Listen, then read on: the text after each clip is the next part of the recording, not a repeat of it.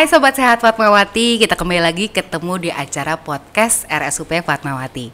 Saya Margareta dan kali ini kita akan bicara tentang World Thalassemia Day. Bersama saya sudah ada hadir narasumber kita, ada Dr. Tumpal, spesialis anak, dan juga Dr. Lydia, spesialis patologi klinik, yang kita akan bincang-bincang tentang thalassemia itu apa sih, dan apa pentingnya, dan gimana dicegahnya.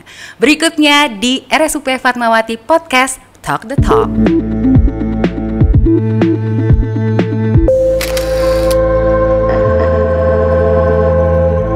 Bersama kita, seperti yang saya sudah sebutkan tadi, sudah hadir Dr. Tumpal. Beliau ini spesialis anak bagian hematologi, dan juga Dr. Lydia, beliau ini spesialis patologi klinik, bosnya Laboratorium Fatmawati. Nah, kita akan ngomongin tentang thalassemia nih, Dok. Sebelum kita ngerayain World Thalassemia Day, mungkin Dr. Tumpal bisa ceritain thalassemia itu apa sih? Mungkin Sobat Sehat Fatmawati nih, apa sih thalassemia? Mungkin cuma pernah dengar kalau di drakor tuh biasanya kan pemain utamanya kena thalassemia gitu, Dok. Apa sih, kok kayaknya sakit apa? Coba mungkin Dr. Tumpal bisa jelasin dulu biar Sobat Sehat Fatmawati itu mudeng gitu. Baik, terima kasih. Thalassemia itu adalah suatu kondisi di mana seseorang mengalami kondisi yang sel darah merahnya tidak berfungsi seperti manusia normal yang lain. Jadi sel darah merahnya cepat rusak. Oh gitu. Biasanya kan diketahui waktu pelajaran SMA dikatakan berusia 3-4 bulan, 120 hari. Tapi pada pasien-pasien ini mungkin hanya lebih singkat. Oh gitu. Sehingga tampilan klinis yang sering dijumpai oleh orang tua adalah anak tersebut pucat. Oke. Itulah yang membawa mereka datang ke sarana kesehatan untuk minta diperiksa. Oke, berarti anak kelihatan pucat bukan karena cacing atau gimana, pokoknya datang ke dokter ternyata dicek thalassemia gitu ya, Dok ya. Oke. Nah, yang berikutnya saya mau tanya Dokter ke Lydia nih, kan acara World Thalassemia Day itu tanggal 8 Mei.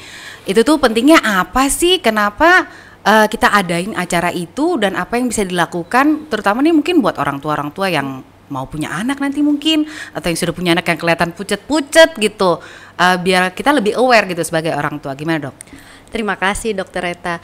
Jadi World Thalassemia Day ini diperingati untuk meningkatkan kesadaran kita semua akan penyakit thalassemia. Jadi thalassemia itu kan kelainan genetik. Ya. Jadi genetik nih, bawaan ya, bapak, bawaan ibu bisa salah-salahin biasanya gitu ya, Dok ya. Dan ada kelainan genetik yang paling banyak dijumpai di dunia, termasuk di Indonesia. Ya, jadi yang namanya orang penderita thalassemia itu bervariasi. Ada yang sangat berat butuh transfusi terus menerus, tapi ada juga yang pucat seperti Dokter Tumpal sampaikan, ada juga yang tidak kelihatan gejalanya sama sekali.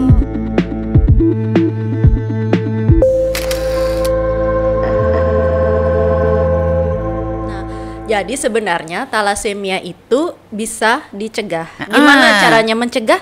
Dengan cara kita mendeteksi. Kalau sudah terdeteksi, maka pembawa sifat thalassemia sebaiknya tidak menikah dengan pembawa sifat thalassemia lainnya. Berarti gitu. Bukan kalau udah terjadi ya udah, cuman kalau misalnya kita ada bawaan gitu ya, kalau misalnya mungkin Sobat Sehat Fatmawati ini pernah bilang, makanya sebelum nikah cek dulu screening gitu, jangan udah kena akhirnya anak thalassemia, nah ya namanya bawa. Tapi kalau cinta sih nggak apa-apa ya, Dok ya, saling menikah ya udah deh. Nanti kita bahas nanti lagi. Berarti pentingnya itu, Dok, World Thalassemia supaya orang-orang nih pada aware. Mungkin saya juga belum cek, mungkin saya ternyata punya gen thalassemia gitu ya. Oke, sip. Nah, sekarang kita balik lagi ke Dokter Tumpal nih. Kan tadi Dokter Lydia bilang bisa screening, pencegahan, cek genetik dan lain-lain. Apa sih yang bisa kita lakukan kalau misalnya untuk screening dan siapa yang harus screening gitu? Apakah yang, kan katanya dokter bilang kalau anak-anak udah pucat berarti harus dibawa. Kan kita mencegahnya sebelum kita bikin anaknya gitu ya, Dok ya, kalau bisa dibilang ya. Ya, gimana, siapa yang harus cek? Terus kalau anak udah terkena gimana gitu, Dok? Baik. Terima kasih, Dr. Reta. Pada dasarnya kalau thalassemia secara klinis dibagi secara garis besar dibagi dua, mayor dan minor. Yang mayor ini yang ada gejala pucat tadi. Tapi kalau yang minor tidak ada gejala sama sekali. Nah, penyandang thalassemia, penyandang thalassemia ini bisa bisa timbul, bisa terdapat penyandang talasemia bila kedua orang tuanya, kedua-duanya minimal pembawa talasemia minor atau trait. Oke. Jadi tidak mungkin mendapat talasemia mayor bila salah satu orang tua sehat. Oke. Jadi harus dua-duanya. Nah, inilah sesuai dengan program pemerintah kita membuat zero talasemia dengan tujuan supaya menghindari pernikahan antar carrier. Nah, untuk tahu carrier, terutama yang di screening adalah dengan keluarga yang mempunyai riwayat talasemia tentunya. Keluarga mempunyai, keluarga yang riwayat talasemia. Ini berkaitan dengan biaya pemeriksaan. Tapi kalau yang ideal sih semua masyarakat sebaiknya diperiksa, tapi itu kan butuh dana lebih besar. Nah, disitulah kapan sebaiknya kita melakukan screening.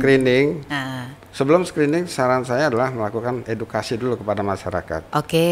Dimulai dari sekolah-sekolah menengah, mungkin biasanya menengah atas atau bila memungkinkan dari SMP lah, supaya mereka dipaparkan ada penyakit yang diturunkan secara genetik dan bisa dicegah. Sehingga nanti bila mereka mencari pasangan hidup, saya suka kamu punya talasemia. Agak itu, susah ya. Tujuannya begitu. Sip, ya kabar.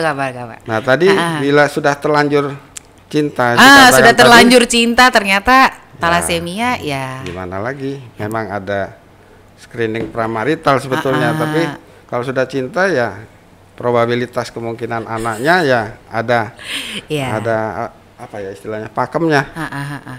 Ya kemungkinan 25% sehat, 25% sakit dan 50% pembawa. Ini yang harus diedukasi ke masyarakat. Sip. Nggak apa-apa berbeda tapi sama atau sama berbeda gitu ya, ternyata agak-agak ribet. Thank you Dokter Tumpal ya tadi udah jelasin soal screening. Nah sekarang yang tadi Dokter Tumpal udah bilang nih screening itu tuh gimana sih Dokter Lydia? Apakah itu cek lab kah? Apa tes darah, tes urin atau gimana gitu? Jadi screening talasemia itu bisa dilakukan dengan pemeriksaan darah di laboratorium. Dari darah itu kita akan melihat ukuran eritrosit terutama. Jadi karena talasemia itu kelainan pada gen yang membentuk eritrosit, pada penyandang talasemia akibatnya eritrositnya itu tidak seperti normal. Ukurannya lebih kecil terutama, dan bisa juga sertai dengan penurunan kadar hemoglobin. Jadi kita bisa melihat MCV dan MCH yang rendah. Itu bisa dilakukan dengan pemeriksaan hematologi yang ada di laboratorium. Nah, kemudian kalau ada tanda ke arah sana, kita akan lanjutkan dengan pemeriksaan morfologi. Kita melihat bentuknya eri itu seperti apa, dan sebaiknya dilanjutkan dengan pemeriksaan analisis hemoglobin. Nah, dari situ kita akan tahu fraksi hemoglobinnya normal ataukah ada fraksi hemoglobin yang abnormal. Gitu. Sip. Kalau di Fatmawati berarti bisa semua nih Dok? Bisa dong. Bisa semua ya, Tapi mungkin kalau buat yang teman-teman yang masih curiga, mungkin rumahnya jauh di Fatmawati, Sobat Sehat Fatmawati bisa cek di puskesmas atau rumah sakit terdekat. Nanti kalau ada kecurigaan baru ke Fatmawati datang gitu ya. Jangan lupa nanti konsul dulu ke Poli Dokter Tumpal, mungkin kalau anaknya gitu ya Dok ya. Terus nanti dari Dokter Tumpal nanti kalau misalnya memang ada kecurigaan talasemia, bisa dirujuk ke laboratorium untuk cek gitu. Nah, Dokter Lydia kan tadi udah jelasin mengenai pemeriksaannya. Nah, saya balik lagi ke Dokter Tumpal. Dok, ini jadi yang dokter sarankan kan screening berarti ya. Screening untuk calon orang tuanya berarti ya Dok ya. Nah, kalau untuk yang anak-anak ini gimana nih Dok? Maksudnya tadi dokter udah jelasin simptom-simptomnya gitu.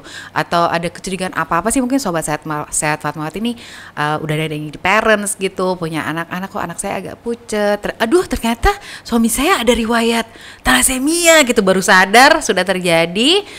Apa yang disarankan kalau misalnya gejala-gejala kayak gimana, terus langsung bawa ke dokter anak atau gimana Dok? Baik. Talasemia mayor gejala utamanya adalah pucat. Kalau talasemia mayor ya. Ya itu yang perlu transfusi itu ya Dok ya. Betul. Tapi kalau talasemia minor tidak ada gejala, dia seperti orang sehat. Mungkin nggak sengaja ketemu saat pemeriksaan laboratorium, mungkin HB nilai normal hemoglobinnya agak di bawah normal. Tapi itu pun nggak selalu. Nah, dampak dari anemi berulang adalah akan mengganggu pertama tumbuh kembang si anak. Dari semua organ, mulai dari otak sampai ke organ reproduksi akan terganggu. Jadi mungkin nanti anaknya tingginya akan kurang, kecerdasannya juga berkurang.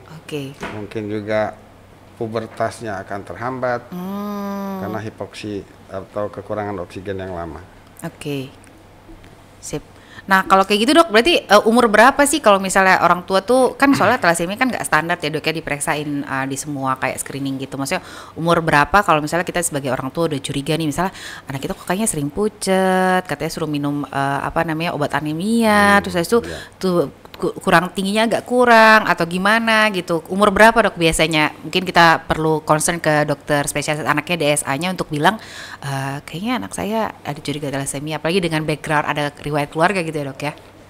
Ya umur berapapun biasanya akan lebih sering dijumpai setelah anak itu usia di atas 4 bulan. Itu berkaitan dengan hemodinamika hemoglobin kita. Yang dari janin sampai ke perubahan dari janin menjadi dewasa. Sip. Kurang lebih kayak gitu tuh Sobat Sehat Fatmawati ya. Jadi kalau misalnya ada riwayat misalnya keluarganya mungkin ayah ibunya atau saudara-saudaranya ada yang kena thalassemia, nah itu harus pikir-pikir karena bisa dicegah ya dok ya. Bisa dicegah, diobat agak gimana? Thalassemia itu sesuatu yang bisa diobatin atau gimana dok? Untuk bila sudah thalassemia tidak bisa diobatin, kita mencegah komplikasinya. Mencegah berarti ya. Jadi karena thalassemia sesuatu yang bisa dicegah, tapi diobatin ya karena hanya untuk mencegah komplikasinya.